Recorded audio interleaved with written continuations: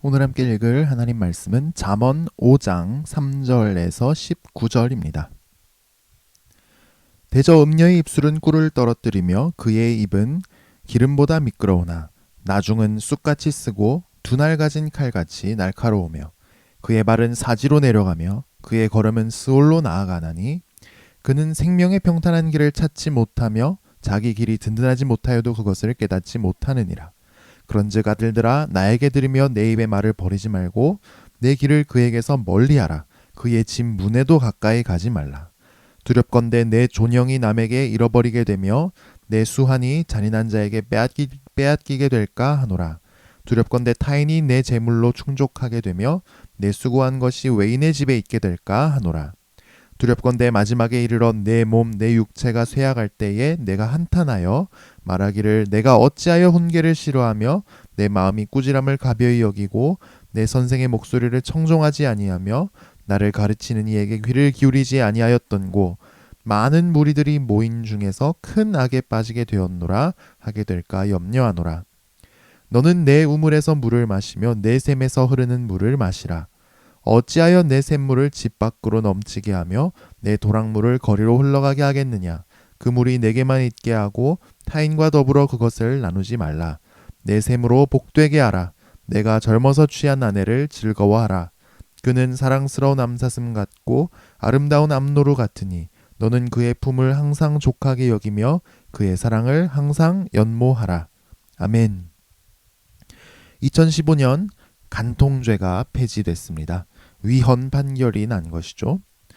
누가 간통을 했다고 이 범죄 사실로 기소가 됐는데 이 사람들이 아주 간도 크게 간통죄 자체가 잘못이다 이렇게 헌법소원 심판을 청구해 버렸습니다. 이 사람들이 하는 말은 이제 간통을 한 게 잘못은 맞는데 그건 당사자들끼리 민사로 위자료를 주든지 해서 해결할 일이지 왜 형법에 간통죄라는 걸 만들어서 나라가 형벌을 주느냐 하는 겁니다. 왜 감옥에 보내느냐 이겁니다.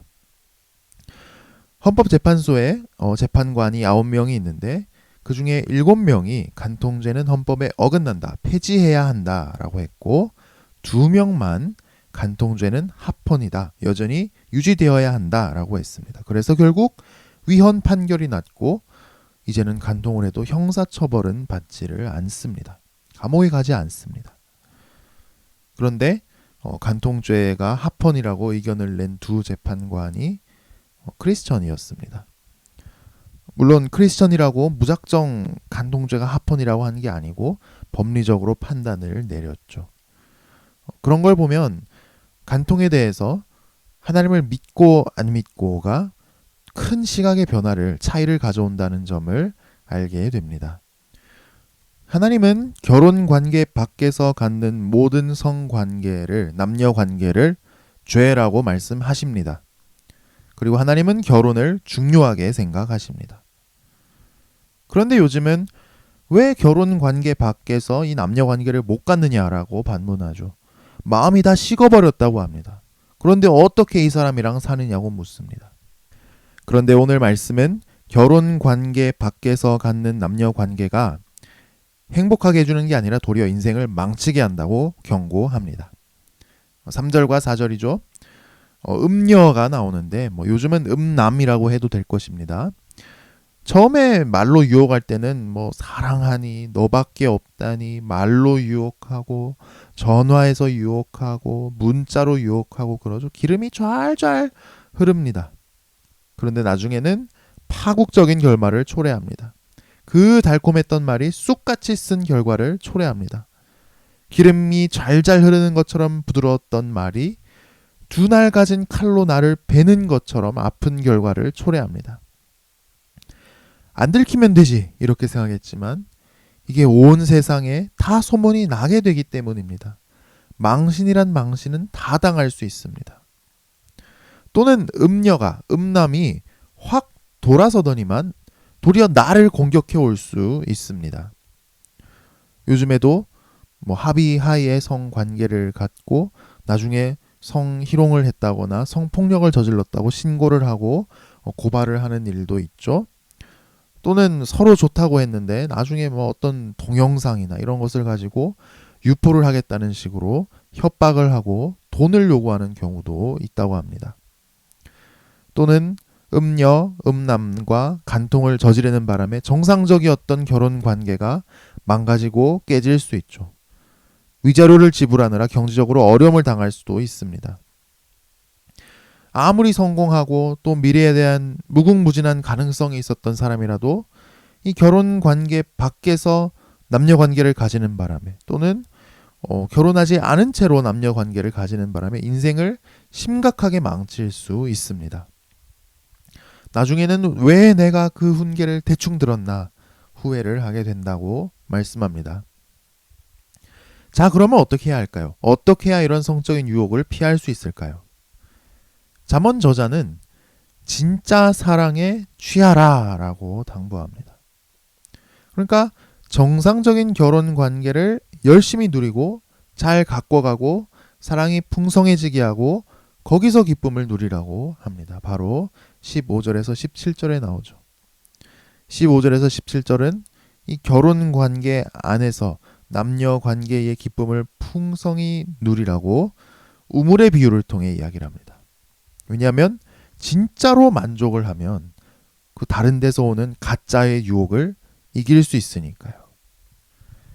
그런데 사랑도 아름다워지려면 투자를 해야 합니다. 희생을 해야 합니다. 간통죄에 빠진 사람들을 보면 그 불륜 관계에 있는 사람들끼리는 그렇게 놀러 다니고 맛있는 거 먹으러 다니고 재밌는 거 보러 다니고 그러잖아요. 사랑한다고 하고 좋아한다고 하고 선물도 주고 그러잖아요. 그런데 정상적인 결혼 관계가 아름다워지기를 바라면서 그거에 반의 반도 안 하면 되겠습니까? 온 몸을 바쳐서 사랑을 표현하고 희생해야죠. 사랑을 줘야죠. 에이 뭐 다 아는데 에이 진짜 부부끼리는 그러는 거 아니야. 이런 이야기를 하면 안 됩니다. 화분에다가 나무를 길러도 물을 주게 되어 있고 집에서 개를 키워도 밥 주고 간식 주고 하는데 사랑이 아름답고 풍성해지려는데 전혀 투자를 안 하면 전혀 희생을 안 한다면 그건 도둑놈 심보죠. 오히려 약하고 부족해 보이는 면이 있어도 더 사랑해주고 아껴주고 감싸줘야죠. 19절에 나오는 암사슴, 암노루는 참 아름답고 사랑스럽지만 또 얼마나 연약한 존재입니까? 더 사랑해주고 지켜줘야죠. 우리가 모든 진짜 사랑을 뒤흔드는 성적인 유혹에 맞섭시다. 하나님이 둘이 하나 되게 하신 진짜 사랑에 더 취합시다. 남편과 아내와의 관계가 더 아름다워지도록 사랑의 물을 줍시다. 연약한 면이 있어도 더 사랑해 줍시다. 그리스도께서 우리를 사랑하신 것처럼 남편을 아내를 사랑합시다. 우리 자녀와 다음 세대가 아름다운 사랑을 할 수 있도록 기도합시다. 좋은 남편, 아내를 만날 수 있게 해주시고 또 아름다운 결혼 생활을 할 수 있도록 기도합시다. 성적인 유혹이 온갖 미디어와 주변에서 만나는 사람들을 통해 넘쳐나는 세상입니다. 진짜 사랑을 하기 위해 우리 자녀들이 또 다음 세대가 순결하게 준비되도록 기도하고 축복합시다. 혹시 사랑해서 실패하거나 또 아픔을 경험하고 눈물 짓고 있는 분이 있을 수 있습니다. 유혹에 빠져서 이미 고통을 당한 분이 있을 수도 있습니다. 또는 유혹에 빠지지 않았어도 일방적으로 가슴 아픈 일을 당한 분이 있을 수 있습니다. 우리 자녀와 다음 세대 중에도 이런 분이 있을 수 있습니다. 하나님 말씀 안에서 교회 공동체 안에서 회복되는 역사가 있도록 우리가 함께 기도하는 오늘 새벽이 되기를 소망합니다. 가짜가 행복하게 해주겠다고 판치는 세상 속에서 진짜를 더 붙듭시다. 진짜 사랑을 합시다. 진짜 사랑에 취합시다. 하나님께서 우리의 사랑을 아름답게 하시는 은혜가 있기를 축복합니다. 기도하겠습니다. 하나님 아버지 감사합니다. 우리에게 아내를 주시고 남편을 주셔서 둘이 하나 되게 하시니 감사합니다. 우리가 결혼 관계에서 진짜 사랑을 누리게 해 주옵소서. 사랑이 날로 더 풍성해지게 하옵소서. 정상적인 결혼 관계가 날로 더 아름다워지게 하옵소서. 어리석은 유혹이나 성적인 범죄의 위협이나 결혼 관계를 어렵게 하는 모든 것을 막아주시고 멀리하게 하여 주옵소서. 결혼하기를 원하는 성도님들, 또 장차 결혼을 하게 될 우리의 자녀 다음 세대가 있습니다. 하나님의 섭리 속에서 예비된 사람을 잘 만날 수 있게 하시고 아름다운 결혼 생활을 할 수 있도록 은혜 내려 주옵소서. 순결하게 잘 준비될 수 있도록 지켜 보호하여 주옵소서. 사랑을 하며 상처를 받고 아픔을 당한 분이 있다면 하나님께서 위로해 주시고 치료해 주시고 새롭게 하여 주시기를 원합니다. 사랑하는 배우자와 가족이 주님께 돌아오기를 간절히 기도하는 성도님들이 있습니다. 주님 그때가 속히 임하게 하여 주옵소서. 주님 안에서 누리는 은혜를 함께 나눌 수 있는 복을 내려 주옵소서. 우리 모든 성도님들의 가정이 아름답고 은혜가 넘치고 사랑이 넘치는 가정 되기를 원합니다.